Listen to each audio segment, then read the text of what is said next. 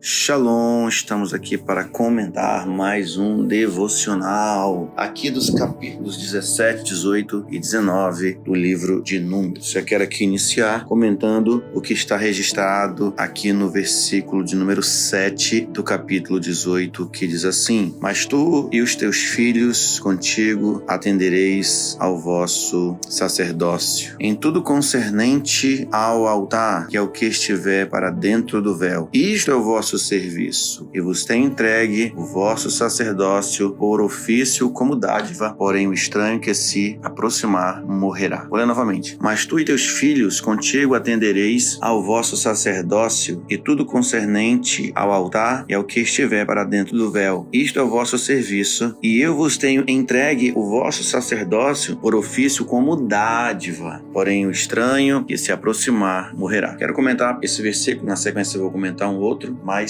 vou ficar nesses dois versículos que comentaria a partir de então. É interessante nós percebermos que Deus entregou o serviço para ser feito, na sua obra, o chamado sacerdotal. Ele diz que é uma dádiva. Isso aqui já me chama bastante atenção, porque quando nós pensamos em dádiva, pensamos em presente, nós pensamos em privilégio de alguém que é privilegiado. Então Deus diz para todos nós, que servimos a Ele, que é uma dádiva, servir a Deus é uma dádiva. O ofício sacerdotal, ministrar as vidas, interceder, é um presente maravilhoso da parte de Deus para todos nós que o servimos. E aqui no caso, assim também, era para Arão e os seus descendentes. Então, Deus, ele desejava que os levitas assim entendessem que eles tinham um privilégio. E a maior riqueza que eles tinham naquele momento, a maior, além de tudo aquilo que eles também tinham, direitos, o maior privilégio deles não era ter uma terra, o maior privilégio deles não era ter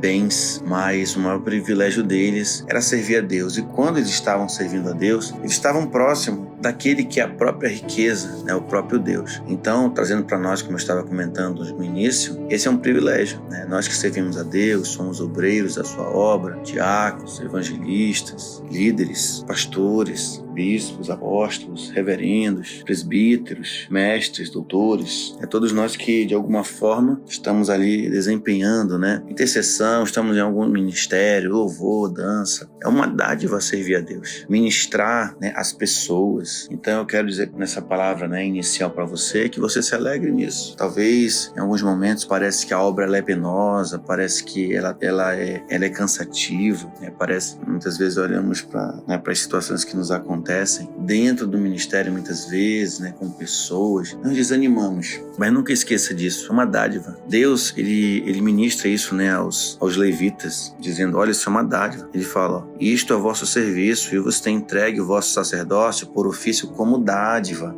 como um presente. É Deus falando assim: olha, vocês têm o privilégio, de me servir. Eu estou dando para vocês essa oportunidade. Então eu encerro essa primeira palavra, que eu vou partir para o segundo versículo, dizendo para você: se alegre, você foi chamado por Deus, você não foi levantado por homens, você não foi levantado numa autoridade humana, mas se Deus te chamou, Deus te escolheu, é uma dádiva. Sirva-o com alegria, não deixe ninguém te desanimar, não deixe ninguém te desanimar, não venha permitir que circunstâncias do dia a dia, circunstâncias ao nosso redor, ao seu redor, venha tirar essa alegria, essa dádiva. Tem dificuldade? Tem, todos passamos por lutas, desafios, mas nunca perca essa consciência de que é uma dádiva servir a Deus, é uma oportunidade, você foi chamado por Deus. Então continue fazendo o melhor, amém? E o próximo versículo que eu quero comentar é o que está em Números, capítulo de número 19, verso 10, que diz assim: o que apanhou a cinza da novilha, no caso aqui a novilha vermelha, lavará as vestes e será imundo até a tarde. Isso será por estatuto perpétuo aos filhos de Israel e ao estrangeiro que habita no meio deles. Então, algo também que eu quero deixar aqui é o seguinte, nós vamos ver que sempre em vários capítulos nós vamos ver sempre essa associação com sacrifício, com a morte de algum animal, aqui no caso do capítulo 19 de Números fala da novilha vermelha. Aqui já a novilha, que ela era levada, ela era queimada, e as cinzas dela, elas eram usadas também para serem aspergidas na água, as pessoas que de alguma forma se contaminavam com algo. Isso trazia uma purificação, uma libertação, um perdão de pecados e tudo mais. Então, o que eu quero dizer é o seguinte, né? Em todos não, né? Claro, mas uma boa parte de muitos capítulos, nós vamos ver essa metodologia de Deus, né? De usar os animais como uma espécie de purificação do povo, da consciência, né? Do coração, da mentalidade, né?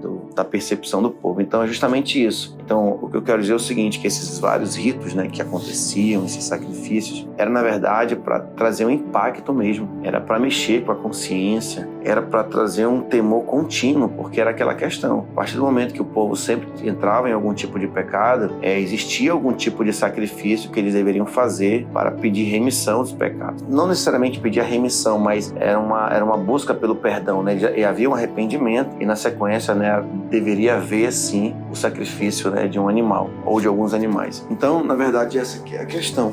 A ideia é que isso traga assim um incômodo mesmo, que as pessoas elas tivessem, né, mais temor em relação ao pecado. E por que é citada aqui a novilha vermelha? Porque a novilha vermelha é um certo mistério, né, que envolve a aparição da novilha vermelha. E diz os sábios de Israel que não foram muitas as novilhas vermelhas que apareceram, né, desde os tempos de Jesus, ou melhor, desde os tempos, né, de Moisés, passando pelos tempos de Jesus até hoje. Dizem que foi em média de 30 que foram registradas que apareceram. Então era uma novilha realmente totalmente vermelha, com pelo vermelhado, sem outra cor, né? Tinha que ser absolutamente vermelha para ser aceito. E não se nasce assim, de forma muito periódica, né? E toda vez que aparecia, né, era um sinal da dádiva de Deus, da bondade, né? Sempre era associado com algo desse tipo. Mas o que eu quero trazer para você é justamente isso, que todos esses diversos ritos que capítulo vai, capítulo vem, estão aparecendo, agora especificamente sobre a novilha vermelha, é aquilo que Deus ele está conscientizando o povo. Olha, vocês precisam se incomodar sim com uma vida caso vocês queiram viver de pecado. Vocês devem se incomodar com isso, né? E aí o que acontece? Toda vez que há um pecado, há um sacrifício, ou melhor, toda vez que há um pecado, vai haver um sacrifício. Toda vez que há um sacrifício, quando há na verdade um sacrifício, é porque houve o pecado. E uma vez que há pecados, algo morre, algo vai morrer, né? Então, toda vez que há um pecado, alguém morre. E no caso aqui era o animal, né, que era sacrificado no lugar daquele que pecava. Então, o que eu quero dizer para você é que toda vez que nós pecamos e nós perdemos o temor de Deus, né, e permitimos que o pecado ele perpetue em nossa vida, sempre algo vai morrer. Sempre algo vai morrer em nossa vida quando cometemos pecados. Talvez morram relacionamentos, talvez morram esperanças, talvez morram pessoas. Às vezes, o pecado faz com que, né, pessoas morram, até pessoas que nós amamos, muitas vezes por conta do pecado.